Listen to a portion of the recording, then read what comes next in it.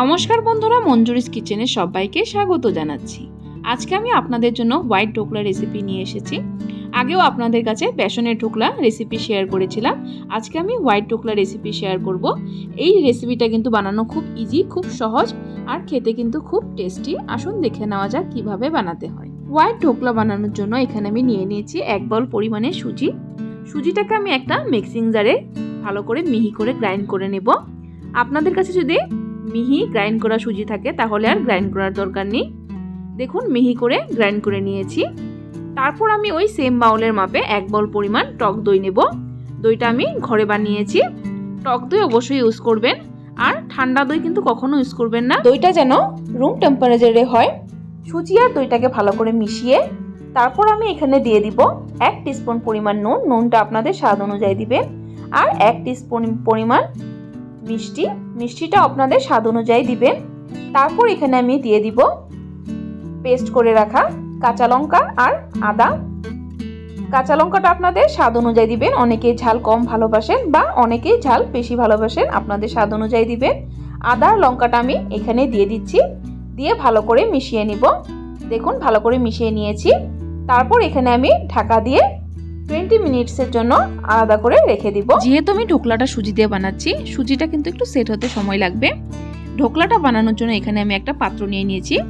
এখানে আমি একটা কেক টিন নিয়ে নিয়েছি স্কোয়ার সাইজের। আপনারা যদি কেক টিন না থাকে তাহলে স্টিলের টিফিনেও বানাতে পারেন, কোনো অসুবিধা নেই। কেক টিনটাকে আমি একটু সরষের তেল দিয়ে গ্রিস করে নিব ব্রাশের সাহায্যে। এইভাবে চারপাশে কিন্তু তেলটা লাগিয়ে দিতে হবে, নইলে খুব সুন্দর করে বের হবে না কিন্তু ঢোকলাটা। এইভাবে চারপাশে গ্রিস করে নিয়েছি। তারপর এখানে আমি ঢোকলাটা স্টিম করার জন্য একটা কড়াইতে দিয়ে দিচ্ছি জল। বড় সাইজের একটা কড়াই নিয়েছি। কড়াইতে না করতে চাইলে আপনারা প্রেসার কুকারেও করতে পারেন, কোনো অসুবিধা নেই। শুধু প্রেসার কুকারে যে সিটিটা আছে এটা খুলে নেবেন। এখন আমি একটা স্ট্যান্ড বসিয়ে দিব। স্ট্যান্ডটাকে বসিয়ে আমি জলটাকে ভালো করে ফুটিয়ে নিব। এখন আমি ঢাকা দিয়ে দিচ্ছি। জলের পরিমাণটা একটু বেশি দিবে, কারণ বয়েল আসলে জলটা একটু শুকোবে। আর জলটা যদি কমে যায় তাহলে আরেকটু গরম জল দিয়ে নেবেন। এখন আমি ঢোকলার ব্যাটারটা দেখে নিচ্ছি। দেখুন সুন্দর সুজিগুলো ফুলে উঠেছে। তারপর আমি দিয়ে দিচ্ছি 1 টেবিলস্পুন পরিমাণ রিফাইন্ড অয়েল। ঢোকলাতে কিন্তু কখনোই সরষের তেল ইউজ করবেন না, রিফাইন্ড অয়েলই ইউজ করবেন। তেলটাকে দিয়ে আমি ভালো করে মিশিয়ে নিব। ব্যাটারটা কিন্তু শুকনো হয়ে আছে।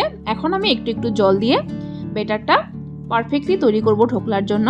জলের পরিমাণটা একটু একটু করে দিবেন। দেখুন অল্প অল্প করে দিচ্ছি আর এভাবে ফেটিয়ে নিচ্ছি। ঢোকলার ব্যাটারটা যত ফেটাবে ততই কিন্তু ঢোকলাটা সফট হবে। আমি কনসিস্টেন্সিটা দেখিয়ে দিচ্ছি ঢোকলার ব্যাটারের।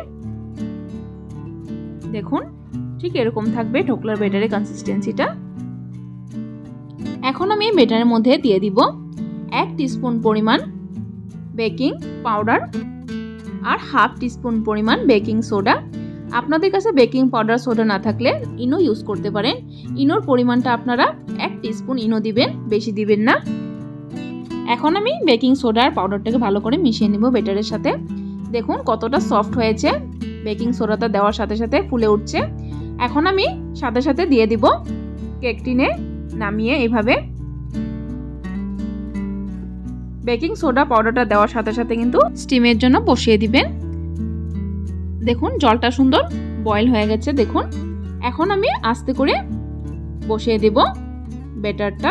জলটা ফুটানোর সময় জলটা যদি শুকিয়ে যায় আপনারা আরেকটা গ্যাসের ফ্লেমে জল আরেকটু বয়েল করে এখানে দিয়ে দিবেন। এখন আমি 20 মিনিটের জন্য ঢাকা দিয়ে রেখে দিব। 20 মিনিট লাগবে আমাদের স্টিম হতে। 20 মিনিট পর আমি ঢাকনাটা তুলে দিচ্ছি। তুলে আমি চেক করে নেব কতটা স্টিম হয়েছে। দেখুন নাইফটা কিন্তু পুরো ক্লিন বেরিয়েছে। আমার স্টিম করা হয়ে গেছে। আপনাদের যদি ক্লিন না বের হয় তাহলে আর 2-3 মিনিটের জন্য আবার স্টিম করতে দেবেন।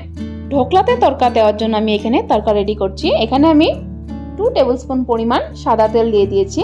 তারপর দিয়ে দিচ্ছি 1 টেবিলস্পুন পরিমাণ সরষে। এখানে আমি সাদা সরষে ইউজ করছি, আপনারা কালো সরষে ইউজ করতে পারেন। তারপর এখানে কাঁচা লঙ্কাটাকে দুফালা করে কেটে নিয়েছি আর নিয়ে নিয়েছি ফ্রেশ কারি পাতা। কাঁচা লঙ্কা আর কারি পাতাটাকে দিয়ে দিব, দিয়ে একটু সময় ভেজে নেব তেলের সাথে। দেখুন ভাজা হয়ে গেছে। এখন আমি দিয়ে দিব সামান্য হিং। হিংটাকে দিয়ে কিন্তু আপনারা সাথে সাথে এইভাবে তড়কা দিয়ে দিতে পারেন। জল না মিশালে হবে, আমি জল দিয়ে দিয়েছি। আমি সুগার সিরাপ তৈরি করে তড়কা দিব। তারপর এখানে জলটাকে ফুটিয়ে আমি দিয়ে দিচ্ছি 1 চামচ পরিমাণ মিষ্টি আর 1/2 চামচ পরিমাণ নুন। নুনটাকে দিয়ে আর একটু সময় ফুটিয়ে নিব। তারপর দিয়ে দিব লাস্ট আমি লেবুর রস। লেবুর রসটাকে দিয়ে কিন্তু আমি আর ফুটাবো না, গ্যাসের ফ্লেমটা বন্ধ করে দেব। তারপর আমি ঢোকলাটাকে দেখে নিচ্ছি, ঢোকলাটা পুরোপুরিভাবে ঠান্ডা হয়ে গেছে। একটা নাইফের সাহায্যে এইভাবে আমি আলাদা করে নিচ্ছি, তাহলে বের করতে সুবিধা হবে। দেখুন এভাবে আলাদা করে নিয়েছি। এখন আমি একটা পাত্রে উল্টো করে নামিয়ে নিব ঢোকলাটা। দেখুন কতটা সহজে নেমে গেছে ঢোকলাটা, কতটা সফট হয়েছে আপনারা দেখতেই পাচ্ছেন। এখন আমি ঢোকলার শেপে কেটে নিব। আপনারা যে কোনো শেপে কেটে নিতে পারেন আপনাদের পছন্দ অনুযায়ী। দেখুন কতটা সফট হয়েছে ঢোকলা, একদম পারফেক্টলি তৈরি হয়েছে। এখন আমি সিরাপটা দিয়ে দিব, সিরাপ বা তড়কাটা দিয়ে দিব।